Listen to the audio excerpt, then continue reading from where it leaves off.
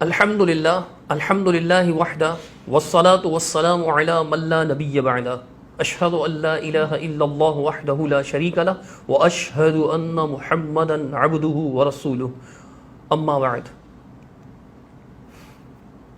عزیز ساتھیوں، 20 مارچ 2021 کو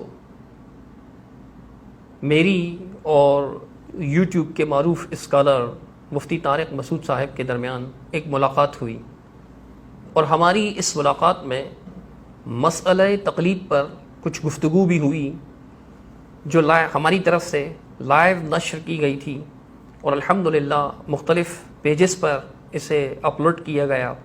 لاکھوں لوگوں نے اس گفتگو کو دیکھا۔ الحمدللہ یہ گفتگو بہت ہی پرامن ماحول میں اور ایک دوسرے کے احترام کو مد نظر رکھتے ہوئے بڑی شائستگی سے یہ گفتگو ہوئی۔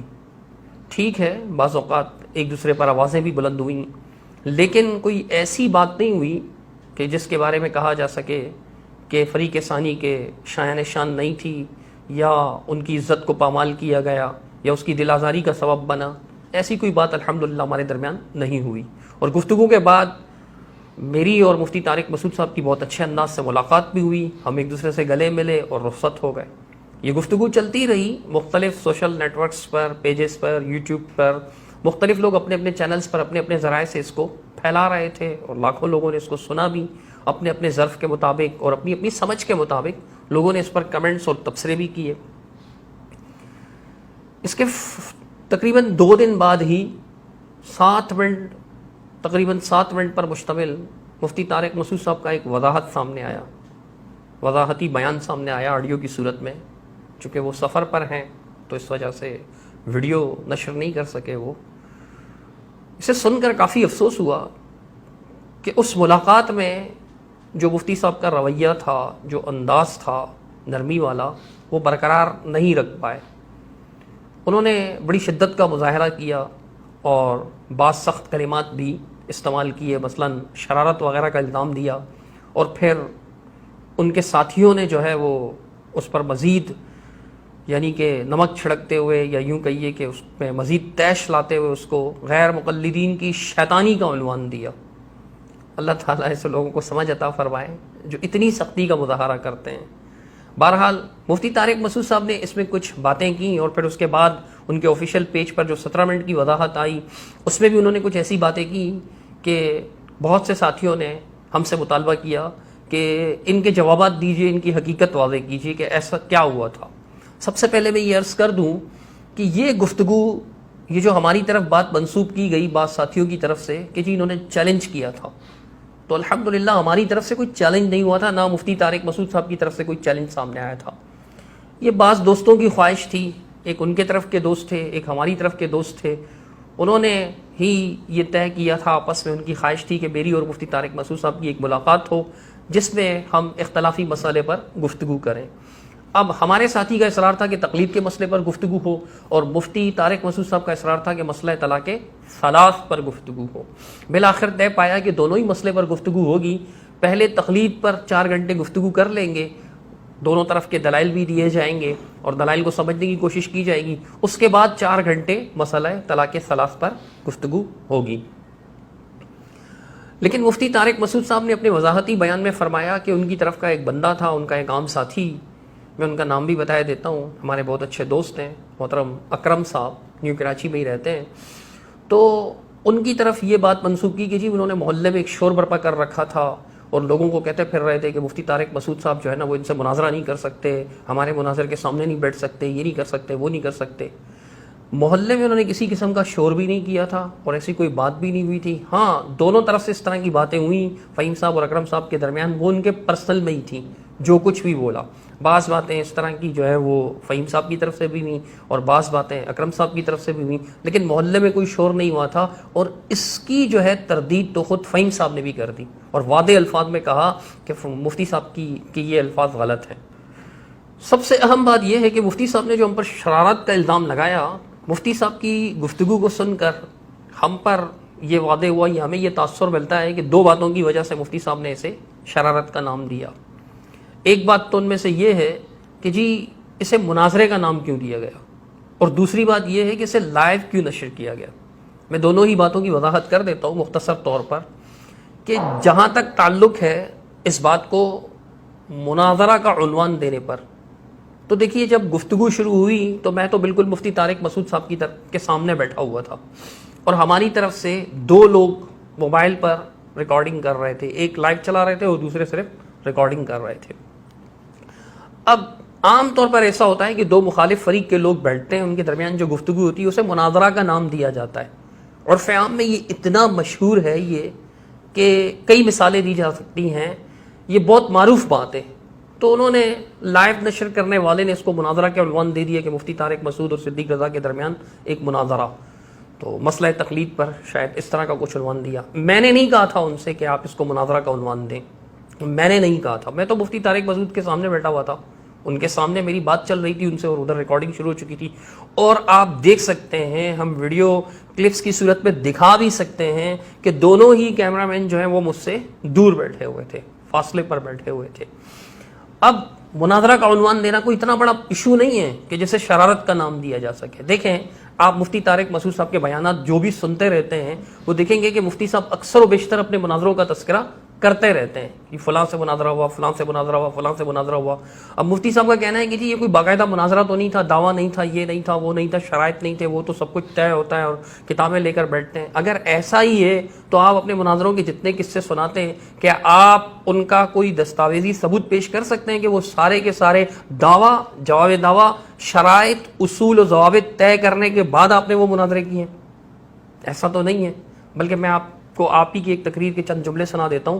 آپ بڑے ایک انداز سے یہ بات بیان فرما رہے ہیں، اپنا کلپ خود سن لیجئے جس میں آپ بتا رہے ہیں کہ آپ کے سارے ہی مناظرے اچانک ہوئے ہیں. سارے ہی مناظرے اپنے الفاظ خود ہی سن لیجئے. ایک صاحب آئے منکر حدیث تھے، یہ اللہ کا بڑا فضل ہے، میرے جتنے مناظرے ہوئے ہیں نا آج تک بغیر تیاری کے ہی ہوئے ہیں. اب دیکھ لیجئے ایک طرف مفتی صاحب یہ بات کہہ رہے ہیں اور جس بات کو وہ مناظرہ کہہ رہے ہیں اس میں بھی کوئی جب سارے ہی مناظرے ایسے اچانک ہوئے مفتی صاحب کے تو ان کو مفتی صاحب مناظرہ کے نام سے اپنے آفیشیل پیج پر اپلوڈ بھی کرتے ہیں، فلاں کے ساتھ مناظرہ، فلاں کے ساتھ مناظرہ. تو اس کو مناظرہ قرار دینا کوئی اتنا بڑا ایشو تو نہیں تھا کہ جسے جو ہے وہ شرارت یا شیطانی کا نام دیا جاتا. اللہ سبحانہ و تعالیٰ ہی نرمی کی توفیق عطا فرمائے. میں ایک اور بات عرض کرنا چاہوں گا کہ مفتی طارق مسعود صاحب نے بھی یہ قصہ سنایا، اسی طرح کئی اکابر علماء دیوبند بھی یہ قصہ سنا چکے ہیں.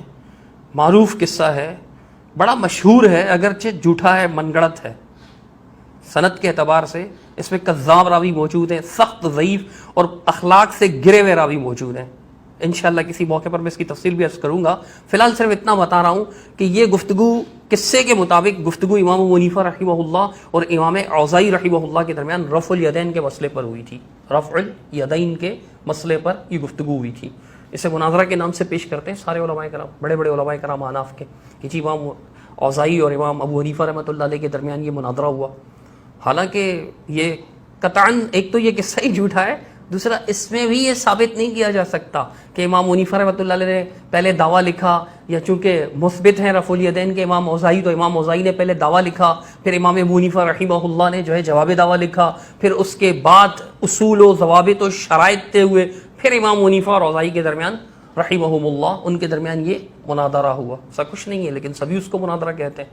تو کیا یہ دھوکہ ہے، خیانت ہے یا شرارت ہے اسے مناظرہ قرار دینا؟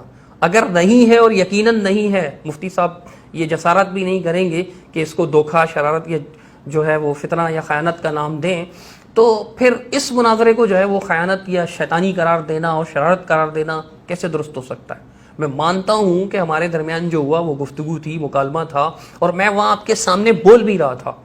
بجائے یہ کہ آپ ٹائٹل دینے والے کو اہمیت دیتے، آپ میری اور اپنی بات کو اہمیت دیتے. میں بھی آپ سے کہہ رہا تھا کہ یہ مناظرہ تو نہیں ہے، گفتگو ہو رہی ہے ہمارے درمیان، اور آپ بھی کہہ رہے تھے، لیکن آپ نے اتنی سختی اختیار فرمائی. اگر یہ شرارت ہے تو پھر وہ جو امام اوزاعی اور امام حنیفہ رحمۃ اللہ علیہ کی گفتگو کو، وہ جو ثابت بھی نہیں ہے، آپ لوگ مناظرہ قرار دیتے ہیں تو اس کو بھی شرارت قرار دیتے ہیں. پھر کیا آپ یہ جسارت کریں گے کہ صاف لفظوں میں کہیں گے جی ہمارے اکابر کی شرارت ہے؟ اگر نہیں تو پھر اس کو شرارت کہنا چھوڑ دیجئے. دوسرا مسئلہ ہے لائیو کا. تو دیکھیں جب مفتی صاحب سے ہماری بات چل سے رہی کہیں تھی تین طلاق کے مسئلے پر بات ہوگی اور ویڈیو پھر لائیو چلے گی انہی کے چینل پہ, ٹھیک ہے نا, تاکہ انہی کے مفتی صاحب فرما جن رہے ہیں لوگوں کہ کو یہ مسئلہ خراب طلاق کر رہے ہیں نا پر وہی بات لوگ سنیں. لائیو ہوگی اور آپ کے چینل پر ہوگی. مفتی صاحب کا وائس کلپ سنیے.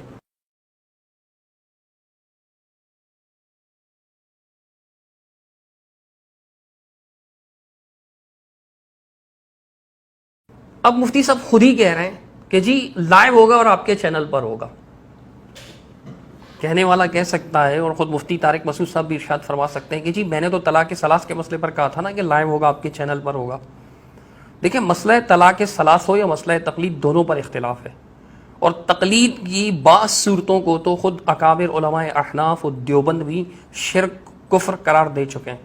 مسئلہ طلاق پر کم از کم یہ نوعیت تو پیدا نہیں ہوتی شرک و کفر کی, جب مسئلہ طلاق ثلاث پر آپ لائیو گفتگو کی اجازت دیتے ہیں اور بلکہ حکم دیتے ہیں, دعوت دیتے ہیں کہ کیمرہ لے کر آنا, اپنے چینل پر چلانا تاکہ لوگوں کو پتہ چلے. ہم نے اسی وائس کے پیش نظر جو ہے وہ لائیو چلایا تھا. یہ کوئی دھوکہ اور خیانت تو نہیں ہے, خود آپ کا حکم تھا. اگر لائیو چلانے کو آپ دھوکہ قرار دے رہے ہیں تو پھر یہ بھی دھوکہ نہیں ہے, آپ کے حکم پر عمل ہوا ہے. تو کیا آپ نے دھوکہ دینے کا حکم دیا تھا مفتی طارق مسعود صاحب؟ جب آپ یہ بات کہہ رہے تھے لوگوں کو لے کر آنا, اپنا کیمرے لے کر آنا, یہ کرنا, تو کیا یہ سب آپ دھوکے کی دعوت دے رہے تھے, شرارت کی دعوت دے رہے تھے, یا آپ کے ساتھیوں نے جو عنوان دیا شیطانی کی دعوت دے رہے تھے؟ اگر نہیں تو پھر بعد میں لکیر پیٹنا اور یہ کہنا کہ جی یہ دھوکہ ہے, شرارت ہے, خیانت ہے, یا فلاں ہے اور فلاں ہے, یہ بات مناسب نہیں ہے. اب اس کے علاوہ جو ہے وہ مفتی صاحب نے دعوے کے حوالے سے بھی ایک بات کی کہ جی ان کی طرف سے جو دعویٰ آیا, تو مفتی صاحب کے الفاظ آپ سن لیجئے وہ کیا فرماتے ہیں. تو میں نے ان سے کہا کہ تقلید کے بارے میں آپ کا دعویٰ کیا ہے, آپ لکھ کے بھیجیں. تو وہ جو دعویٰ لکھ کے بھیجتے اس میں سقم تھا. وہ بعض دفعہ دعویٰ ایسا ہوتا کہ ہمارا دعویٰ اور ان کے دعوے میں کوئی فرق ہی نہیں ہوتا. مفتی صاحب اس میں یہ ارشاد فرما رہے ہیں کہ جی بعض اوقات ایسا دعویٰ ہوتا کہ ہمارے اور ان کے دعوے میں کوئی اختلاف ہی نہیں رہتا. میں عرض کر دوں, اسکینز بھی ساتھ لگوا دوں گا. پہلی بار اکرم بھائی نے اپنی سمجھ کے مطابق دعویٰ لکھا تھا, اس میں بھی کوئی ایسی بات نہیں لکھی جو ان کے اور ہمارے درمیان متفقہ ہو تقلید کے مسئلے پر. دوسری بار خود میں نے دعویٰ لکھا تھا کہ جب مفتی صاحب نے کہا کہ یہ وعدے نہیں ہیں, کیونکہ ان کی طرف سے فہیم بھائی وائسز کر رہے تھے کہ بھئی شرک ہے, بدعت ہے, بتاؤ کیا ہے, آپ لوگ تو کہتے ہو نا کہ تقلید شرک ہے وغیرہ. تو میں انشاءاللہ اس پر مستقل کلپ ریکارڈ کرواؤں گا کہ یہ جو ہم شرک کہتے ہیں نا, تو کس صورت کو کہتے ہیں, اور اس صورت کو علماء احناف بھی شرک کہتے ہیں. تو میں نے وہاں جو دعویٰ لکھا وہ یہ دعویٰ یہ تھا, مختصر بتا رہا ہوں اور اسکین ہم ساتھ لگا دیں گے, آپ پڑھ لیجئے گا, کہ اللہ اور اس کے رسول صلی اللہ تعالی علیہ وسلم کی طرف سے چار ائمہ میں سے کسی بھی امام کی, بلکہ کسی بھی اہل علم امام کی جو ہے اللہ سبحانہ وتعالیٰ نے اور رسول اللہ صلی اللہ علیہ وسلم نے کسی بھی مسلم پر ان کی تقلید کو, ان کی اتباع کو, ان کی پیروی کو واجب یا لازم نہیں کیا. اگر مفتی صاحب کا بھی یہی دعویٰ ہے, کیونکہ وہ تو کہہ چکے ہیں نا کہ عقائد میں وہ غیر مقلد ہیں, اقرار کر رہے تھے, بعد میں وہ مجھے غیر مقلد کہہ کر تانا دے رہے ہیں. مجھے تو بڑی حیرت ہوئی کہ جب آپ خود بھی عقائد جیسے اہم مسئلے پر غیر مقلد ہیں, اصول میں, اصول دین میں آپ غیر مقلد ہیں, قرآن و سنت کے نصوص ماننے کے مسائل میں آپ غیر مقلد ہیں, حدیث کے نصوص سے ثابت مسائل کو ماننے میں آپ غیر مقلد ہیں, رہ جاتا ہے صرف اجتہادی مسئلہ. تو اگر ہمارے اور آپ کے دعوے میں اتفاق ہی تھا, جیسا کہ آپ تاثر دے رہے ہیں, 2 ہی بار دعوے آئے تھے, اگر کوئی تیسرا دعویٰ آیا تو مفتی صاحب جو ہے وہ ثبوت پیش کریں, اسکرین شاٹ کے ذریعے ثبوت پیش کریں مفتی صاحب. اگر اس میں آپ کا اور ہمارا اتفاق ہے تو پھر میں یہی عرض کروں گا کہ مفتی صاحب اس بات سے مت ڈریں کہ لوگ آپ کو غیر مقلد کہیں گے, اس بات سے مت گھبرائیں کہ لوگ آپ کو غیر مقلد کہیں گے. کھل کر سامنے آئیں اور اعلان کریں کہ جی میرا بھی یہی موقف ہے جو اہل حدیث کا موقف ہے تقلید کے بارے میں. اگر آپ اس دعوے سے اتفاق کرتے ہیں, دعویٰ میں آپ کے سامنے پیش کر چکا ہوں کہ میں کہہ رہا ہوں کہ یہ تقلید اللہ اور اس کے رسول صلی اللہ علیہ وسلم کی طرف سے ہم پر لازم نہیں کی گئی, واجب نہیں کی گئی, اور یہ تقلید بدعت ہے چونکہ قرآن و سنت سے ثابت نہیں ہے.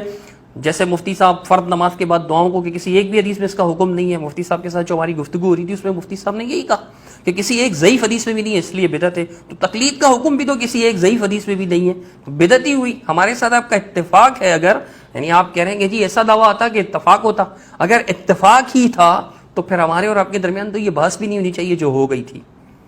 باقی مفتی صاحب نے پھنسنے پھنسانے والی باتیں بھی کی, میں اس طرف نہیں جاؤں گا. اگر مفتی صاحب آپ نے ایسا ہی پھنسا دیا تھا تو باقاعدہ جو ہے وہ آپ کاپی رائٹ کلیم کر کر کے اسٹرائک کیوں لگوا رہے تھے ہماری ویڈیوز پر؟ آپ کے آفیشیل پیج سے یہ ہوا ہے. اگر کسی اور نے کیا ہوتا نا تو ہم شکایت بھی نہیں کرتے آپ سے. ایک طرف تو آپ کا دعویٰ ہے کہ آپ نے مجھے پھنسا دیا تھا اور بری طرح پھنسا دیا تھا, میں تو نکل ہی نہیں پا رہا تھا. ماشاءاللہ، داد دوں گا میں آپ کیسے فسانے کو، پھنسا بھی دیا تھا حضرت آپ نے، اور پھر آپ کے آفیشیل پیج سے جو ہے کاپی رائٹ اور ناجائز ناحق کاپی رائٹ کلیم کیا ہے آپ نے، بالکل ناجائز. آپ اسے شرارت کا نام بھی دے سکتے ہیں، آپ اسے دھوکہ اور خیانت کا نام بھی دے سکتے ہیں، آپ اسے چیٹ اور فراڈ کا نام بھی دے سکتے ہیں، اور اگر آپ کے ساتھ یہ ہوتا آپ یہی سب کچھ کرتے. ہم ایسا نہیں کریں گے مفتی طارق مسعود صاحب، لیکن آپ نے جو کیا وہ ناحق ضرور تھا، کیونکہ میری اور آپ کی گفتگو سے واضح ہے، بالکل ابتدائی گفتگو میں آپ سے کہہ رہا تھا کہ حضرت آپ اپنا کیمرہ بھی منگوا لیجیے تاکہ بعد میں ہم پر ایڈیٹنگ کا الزام نہ لگے. عام طور پر ایسا ہوتا ہے، ایڈیٹنگ کا الزام لگتا ہے. تو آپ نے ارشاد فرمایا کہ نہیں، یہ جو ساتھ مولانا بیٹھے ہوئے الشیخ مجیب الرحمان صاحب حفظہ اللہ، یہ جامعہ فاروقیہ سے فارغ ہیں، میں ان کو تھوڑا بہت جانتا ہوں، تو ایسا نہیں ہوگا انشاءاللہ. تو ہم نے تو لائیو چلایا بھی اسی لیے نا تاکہ کوئی ایڈیٹنگ کا الزام ہی نہ لگائے دنیا کے سامنے. وہ پہلی گفتگو جو ہوئی، جس شکل میں ہوئی، جس صورت میں ہوئی، جو بھی الفاظ بولے گئے من و عن لوگوں کے سامنے پہنچ جائے، ہم نے تو اس وجہ سے لائیو چلایا. تو مفتی صاحب نے فرمایا کہ نہیں یہ کافی ہے. پھر مفتی صاحب نے پگڑی منگوائی، اپنا امامہ شریف منگوایا. میں یہ سمجھا کہ شاید انہوں نے کیمرہ منگوایا ہے، تو میں رک گیا، انتظار کرنے لگا. مفتی صاحب نے کہا بات کیجیے. میں نے کہا حضرت وہ آپ کا کیمرہ آ جائے، آپ نے منگوایا نا؟ تو کہنے لگے بھائی میں نے کیمرہ نہیں، پگڑی منگوائی ہے. مطلب آپ کا کیمرہ تھا ہی نہیں. اس طرف بھی میرے دوست ریکارڈ کر رہے تھے، اس طرف جو لائیو ہو رہا تھا وہ بھی میرے ہی دوست کی طرف سے ہو رہا تھا، ہمارے ہی ساتھی تھے، وہ لائیو کر رہے ہیں اور ریکارڈ بھی وہی کر رہے ہیں. آپ ریکارڈ ہی نہیں کر رہے ہیں، جو چیز آپ کی ہے ہی نہیں اس پہ آپ نے کاپی رائٹ مارا صرف تھوڑی دیر کے لیے. مفتی طارق مسعود شارٹ کلپس، اس میں آپ نے یہ ہماری گفتگو لگائی اور مناظرہ کے ہی عنوان سے لگائی. اگر مناظرہ کا عنوان دینا شرارت ہے تو یہ شرارت آپ کے پیج سے ہوئی ہے، یہ شرارت پھر آپ کے پیج سے بھی ہوئی ہے. تو لائیو آپ نے تھوڑی دیر کے لیے چلایا اور اس کے بعد کاپی رائٹ مار کر سب بڑے بڑے پیجوں سے وہ گفتگو آپ نے بند کروا دی، اور اس کے بعد جناب والا آپ جو ہے وہ شرارت کا الزام ہم پر لگاتے ہیں. حالانکہ آپ کا کاپی رائٹ کلیم کرنا ناحق تھا. جب وہ ویڈیو آپ نے بنائی نہیں، آپ کہیں گے کہ میری ویڈیو بھی اس میں شامل تھی. تو دیکھیں جو مکالمہ کی گفتگو ہوتی ہے، یہ دو لوگ آپس میں اختلافی گفتگو کر رہے ہیں اور دونوں کی اجازت کے مطابق ریکارڈنگ ہو رہی ہو. بغیر اجازت ہم نے نہیں کی تھی، اجازت آپ نے دی تھی، وہ تو ویڈیو میں موجود ہے، ریکارڈ کر لیں آپ نے کہا تھا. اور لائیو کا تو آپ پہلے ہی چیلنج کر چکے تھے، دعویٰ کر چکے تھے، بلکہ آپ نے خود حکم دیا تھا کہ لائیو ہوگا، دنیا کو پتہ چلے. تو اسی حکم کے پیش نظر ہم لائیو کر رہے تھے، ہم نے کوئی زیادتی نہیں کی آپ کے ساتھ. تب دونوں کی گفتگو تھی تو دونوں کا برابر کا حق ہے، اور اس اعتبار سے صرف ہمارا حق ہے کہ ہم نے ریکارڈ کیا تھا، آپ نے نہیں. تو پھر جو آپ نے اسکرین شاٹ میں لگا دیتا ہوں آپ کے آفیشیل پیج سے، جو ہے ہمارے چھوٹے سے پیج پر یہ بات آئی کہ جی یہ جو آپ ویڈیو لگا رہے ہیں یہ کاپی رائٹ اس پر آ گیا، لہٰذا اس لیے اس کو روک دیا گیا، ہٹوائی ہے آپ نے. تو یہ آپ بتائیے کہ یہ خیانت ہے یا نہیں، یہ دھوکہ ہے یا نہیں، یہ چیٹ ہے یا نہیں، یہ فراڈ ہے یا نہیں، یہ فریب ہے یا نہیں. آپ خود بتائیں، مجھے انصاف سے بتائیں. اپنے مفتی ہونے کا یعنی منصب افتاء کا دھیان رکھتے ہوئے، خیال رکھتے ہوئے، عدل و انصاف کے تمام تقاضوں کو مد نظر رکھتے ہوئے مفتی طارق مسعود صاحب آپ جواب دیجیے گا اس بات کہ یہ کیا ہے. یعنی جو آپ نے حرکت کی، کاپی رائٹ کلیم آپ نے کس حق کے تحت کیا؟ آپ کے آفیشیل پیج سے ہوا، گویا آپ کی مرضی سے ہوا. اگر آپ کے آفیشیل پیج سے نہیں ہوا ہوتا تو میں آپ کو اس سلسلے میں اپنا مخاطب نہ بناتا. اب آخری بات سنیے گا میری. مفتی صاحب نے اپنا خیال ظاہر فرمایا، میں اس کو خیال ہی کہوں گا، اور مفتی صاحب کے بقول گورنمنٹ نے خیالات پر کوئی پابندی نہیں لگائی، ان پر وہ آزاد ہیں، اس پر جو چاہے خیال کر سکتے ہیں. مفتی صاحب فرماتے ہیں، آپ سن لیجئے انہی کے میٹھے انداز میں. تو یہ ادھوری محفل تھی. انشاءاللہ اس کے بعد یہ یا تو آئے گا نہیں، یا آئے گا تو انشاءاللہ ایسا نہیں ہوگا جس طرح سے ہوا ہے. اور انشاءاللہ میں ابھی اس کو بلاؤں گا نا تو یہ آئے گا نہیں، تو یہ اب دوبارہ نہیں آئے گا. اس کو پتہ چل گیا ہے کہ اصل کہانی ہے کیا. مفتی طارق صاحب یہاں پر یہ خیال ظاہر فرما رہے ہیں کہ جی میں دوبارہ اس کو بلاؤں گا تو یہ آئے گا نہیں، بڑی تکرار کے ساتھ. مفتی صاحب آپ نے ایسا کیوں سمجھ لیا کہ میں دوبارہ نہیں آؤں گا؟ چلیے اگر میں نہیں آؤں گا تو آپ میرا پیچھا کرتے ہوئے آپ تو آ سکتے ہیں نا میرے پاس، آپ کے پیر تو نہیں باندھ سکتا میں کہ آپ بھی نہ آئیں. لیکن یہ آپ کا بحث خیال ہے. ہاں البتہ اتنا ضرور عرض کروں گا کہ مسلک اہل حدیث کا موقف جو ہے الحمدللہ روز روشن کی طرح واضح ہے، اور مسلک اہل حدیث کی حقانیت کا بوجھ صرف مجھ فقیر کے ناتواں کندھوں پر نہیں ہے. الحمدللہ میرے جیسے ہزاروں ملیں گے انشاءاللہ جو اس موقف کو حق ثابت کر سکتے ہیں.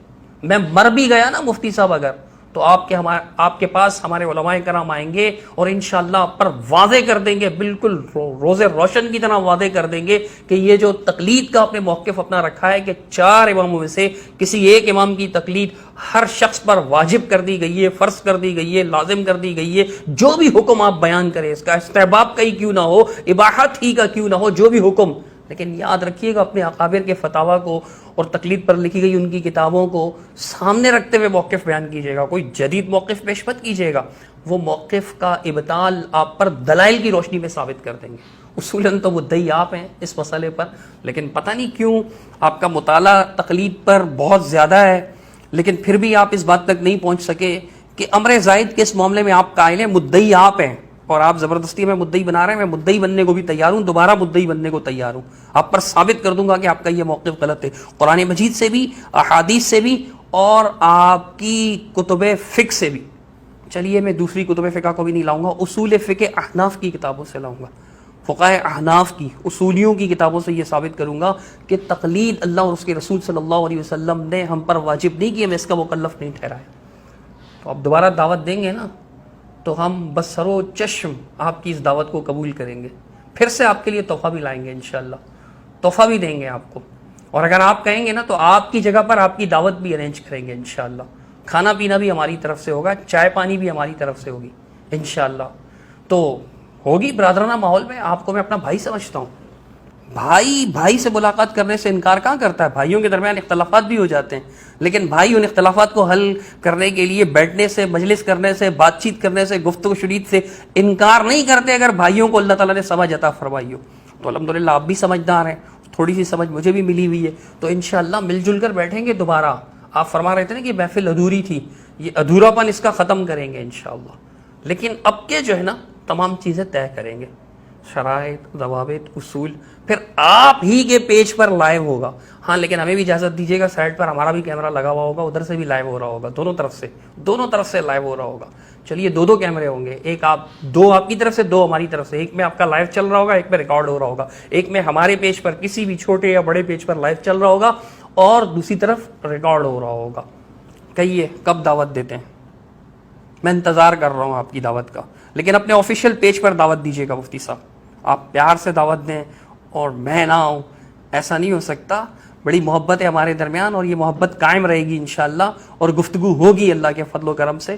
بس میں آپ کا زیادہ وقت نہیں لینا چاہوں گا، بہت سی ایسی باتیں ہیں جن کی وضاحت یعنی کرنی چاہیے کسی اور فرصت میں صحیح انشاءاللہ، سر دست میں اتنی ہی وضاحت کافی سمجھتا ہوں۔ انشاءاللہ جلد ملاقات کی آپ دعوت دیں گے، اور میں انشاءاللہ جو ہے نا وہ آپ کو ویڈیو میں جواب دوں گا کہ بالکل جی میں آپ کی اس دعوت کو قبول کرتا ہوں۔